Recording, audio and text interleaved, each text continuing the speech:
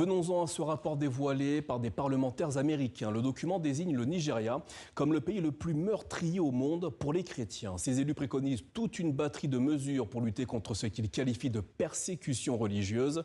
Une lecture qui rejette fermement les autorités d'Abuja qui refusent d'inscrire son combat contre le terrorisme dans une grille confessionnelle. Les précisions avec notre correspondante Harmonie Pondignaga. C'est une relation ambivalente.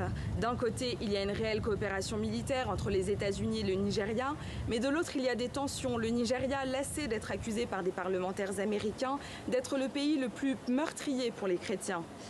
Plusieurs délégations américaines se sont rendues au Nigeria ces dernières semaines et elles préconisent des mesures concrètes, dont un accord bilatéral formel pour lutter contre le terrorisme islamiste et ce que Donald Trump a nommé la persécution des chrétiens.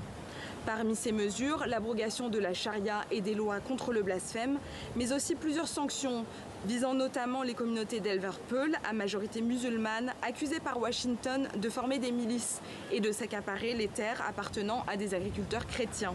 Le rapport suggère de suspendre l'exportation du bétail nigérian afin de leur couper des ressources financières, mais aussi restreindre les visas de toute personne coupable de violences contre les chrétiens.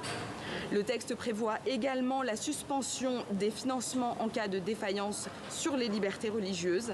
Le gouvernement nigérian a réagi mardi soir dans un communiqué affirmant que le Nigeria n'a pas et n'a jamais eu de politique d'État de persécution religieuse et que la violence à laquelle le pays est confronté résulte davantage de menaces sécuritaires complexes mêlant terrorisme, criminalité organisée et tensions communautaires de longue date.